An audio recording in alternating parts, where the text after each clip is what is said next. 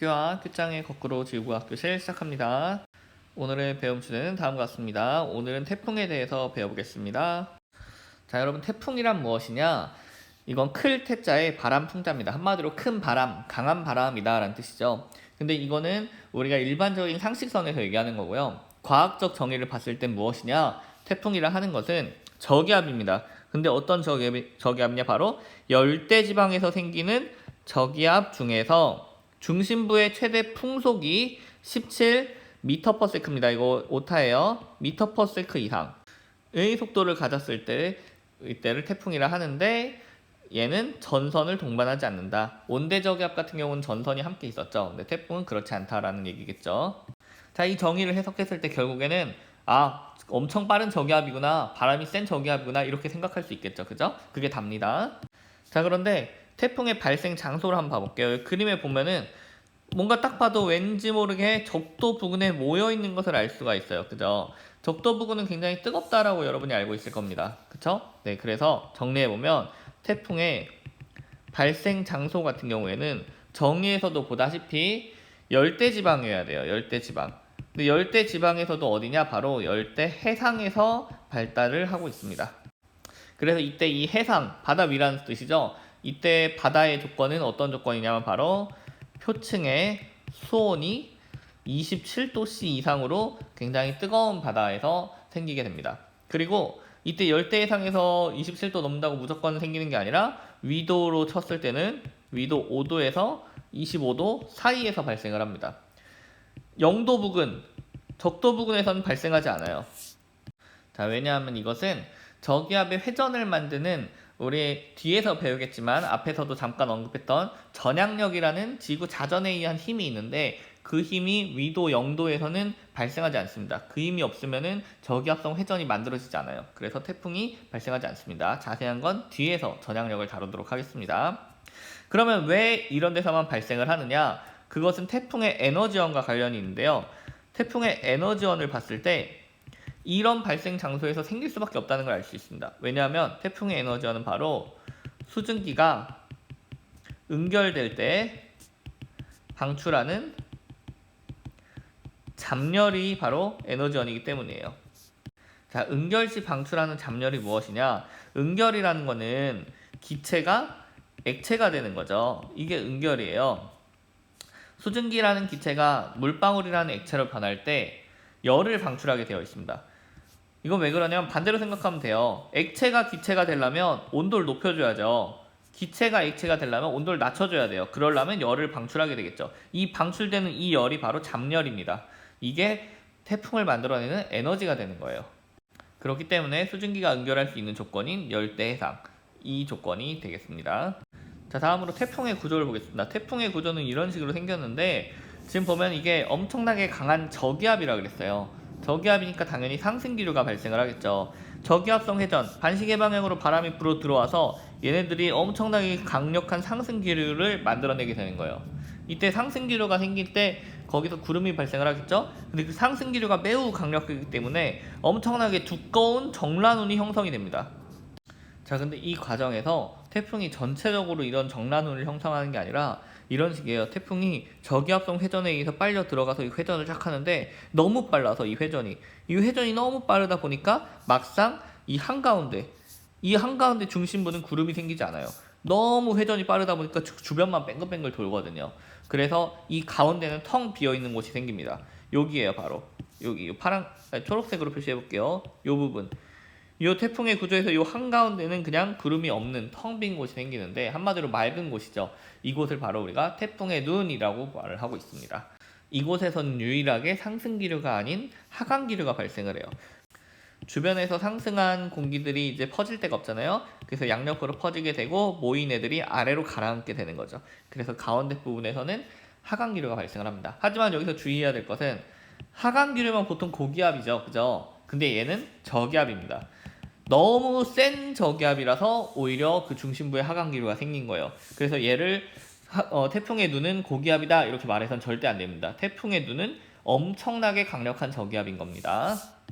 자, 그래서 태풍의 특징을 한번 보면은 지금 보면 태풍의 특징 첫 번째로 이 그래프를 한번 봐볼게요. 오른쪽에 있는 그래프를 보면은 제가 방금 말했던 기압에 대한 얘기가 있습니다. 지금 파란색으로 지금 표시되어 있는 게 기압이죠. 기압이 보면은 여기 태풍의 중심부에서 가장 저기압인 걸 볼 수가 있어요. 그리고 양옆으로 멀어질수록 점점 고기압이 되는 걸 볼 수 있죠. 즉 태풍의 중심이 절대 고기압이 아니다라는 걸 보여주고 있는 거죠. 그 다음에 지금 보면 풍속을 볼게요. 빨강색 그래프를 보면 풍속을 보면은 태풍의 중심에서 풍속이 낮은 걸 볼 수가 있습니다. 그리고 그 바로 바깥쪽에 태풍의 중심에서 바로 바깥, 즉 여기 그림으로 치면은 여기가 중심이라 하면 바로 옆이죠. 바로 옆 이 부분에서 풍속이 가장 빠른 걸 볼 수 있고 거기서 멀어질수록 풍속이 점점 느려지는 걸 볼 수 있습니다. 즉 중심으로 들어올수록 풍속이 엄청나게 빨라진다는 뜻이에요. 물론 이 주변부도 풍속이 절대 느리지 않습니다. 태풍 자체가 17m/s 이상의 속도를 갖고 있기 때문에. 자, 또한 여기서 하나의 특징을 볼 수 있는데 보면 풍속이 이쪽 서쪽과 동쪽의 속도가 좀 다른 걸 볼 수가 있어요. 동쪽 속도 중심부에서 바로 오른쪽 속도가 살짝 더 빠르죠. 그죠? 이것은 우리가 좀 이따 배울 태풍의 위험 반원과 안전 반원과 관련이 있습니다. 어쨌든 오른쪽이 살짝 풍속이 빠르다는 사실을 알고 넘어가면 좋겠습니다. 자, 이뿐만 아니라 또 다른 특징이 있죠. 바로 무엇이냐? 첫째로 전선이 없다라는 거. 온대 저기압과 다르게 열대 저기압은 전선을 동반하지 않습니다. 그리고 일기도 상에서 보면은 이런 식으로 표시가 되어 있어요. 이런 식으로 저기압을 보면 굉장히 이 등압선이 간격이 좁은 동심원의 형태를 이루고 있는 걸 볼 수가 있습니다. 물론 기호로는 이렇게 표시를 해요. 이렇게. 자, 우리 이번엔 태풍의 이동 방향에 대해서 한번 알아보겠습니다. 근데 이동 방향을 보기 전에 우리가 사전 지식을 좀 알아야 돼요. 여러분들이 과거에 지리 시간에 아마 배웠을 건데 지구에는 대기 대순환이라는 바람이 불고 있어요. 우리가 뒤에서도 어차피 한번 다루긴 할 겁니다만 대기 대순환에 의하면은 여기가 지금 적도 부근이고요. 여기가 위도 30도, 여기가 위도 60도, 그리고 여기가 이제 극지방이 되겠죠. 자, 이렇게 있을 때 우리 적도에서 30도 사이에서는 북동무역풍이 불고 있습니다. 북반구를 기준으로 하고 있는 거예요. 남반구는 반대로 이렇게 남동무역풍이 불고 있어요. 정반대입니다. 그리고 위도 30도에서 60도, 우리가 살고 있는 구역이죠. 여기엔 바로 편서풍이 이런 방향으로 불고 있어요. 그 다음에 극지방에 가면 다시 이렇게 북동풍이 이렇게 불고 있습니다. 그런데 여기서 태풍은 이쯤에서 지금 발생을 하는 거예요. 그럼 이 태풍이 이 북동무역풍을 따라서 왼쪽 방향, 즉 서쪽 방향으로 이동을 하게 돼요. 그러면서 점점 북상을 합니다. 이렇게 이동을 했다가 그 다음 편서풍을 타고 이렇게 이동을 해요. 이게 태풍의 이동 경로입니다. 자, 그래서 보면은 지금 무역풍대에서는 북동무역풍을 타고 이렇게 오고 있고요. 이렇게 오다가 이제 편서풍대에 대해서 터닝 포인트를 갖고 이렇게 지금 서풍을 따라 이동을 하는 것을 볼 수가 있습니다. 근데 문제는 태풍은 저기압이 됐잖아요. 저기압이니까 요 화살표에서 보다시피, 요 파란 화살표 보다시피 반시계 방향으로 이렇게 바람이 불어 들어갑니다. 저기압 중심을 향해서. 근데 이때 보면은 태풍의 이동 경로를 중심으로 해서 태풍을 반으로 쪼개보면 요쪽과 요쪽으로 쪼갤 수 있겠죠. 태풍을 반으로 쪼개보면 이 위쪽에서는 요 저기압 중심으로 바람이 불어 들어가는 것과 북동무역풍의 방향이 서로 일치해요. 같은 서쪽을 향하고 있죠. 동풍 계열이 부니까. 그러다 보니까 이쪽에선 태풍이 더 세지는 경향이 있습니다. 대기대순환과 합쳐지는 거죠. 그런데 이 아래쪽을 보면은 반시계 방향으로 불어 들어간다라고 하면은 북동무역풍하고 지금 서로 방향이 반대인 걸 알 수가 있어요. 그러니까 여기는 조금 풍속이 약해집니다. 이게 앞선 슬라이드에서 봤던 풍속이 오른쪽이 살짝 더 빠른 이유예요. 그래서 우리가 이때 이 오른쪽 부분이 풍속이 빠르니까 더 위험하겠죠? 그래서 여기를 위험 반원이라고 말합니다. 원의 반이란 뜻이죠. 이게 원이잖아요. 원의 절반, 위험 반원이라 하고요. 이 아래쪽 풍속이 조금 비교적 느린 곳, 느리지만 태풍이기 때문에 엄청나게 빠른 거예요. 여기를 우리가 비교적 안전하다 해서 안전 반원 이렇게 얘기를 하고 있습니다.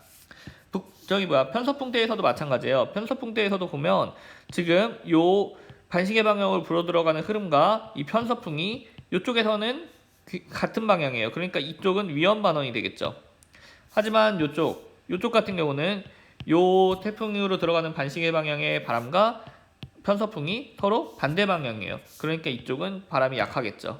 풍속이 약하겠죠. 그래서 여기는 안전 반원이 되는 거죠. 그래서 경로를 봤을 때 이 이동 경로에 대해서 오른쪽이 위험 반원이에요. 이동 경로에 대해서 오른쪽이 위험 반원이죠. 자, 우리 지구과학에서는 오른쪽을 좋아하면 해결되는 게 많아요. 여러분들 대부분 오른손잡이죠, 그죠? 가끔 왼손잡이도 있겠지만, 그래서 항상 내 기준으로 합니다. 오른쪽이 좋아요. 오른손잡이 기준으로 오른쪽이 좋아요. 이렇게. 지구과학에서는 오른쪽이 좋아요로 하면 해결되는 게 많아요. 내가 어떤 문제를 푸는데 뭔가 방향이 모르겠다? 그럼 오른쪽, 그냥 무조건 오른쪽으로 가면 됩니다. 대부분. 예외도 있어요, 물론. 그러니까 우리가 제대로 공부해야겠지만 진짜 모른다, 내가 찍어야 된다 할 때는 오른쪽이 좋아요. 리듬을 기억하세요. 오른쪽이 좋아요. 오른쪽이 좋아요. 오케이? 자, 그럼 오늘 수업은 여기서 마치겠습니다. 수고하셨습니다. 끄바.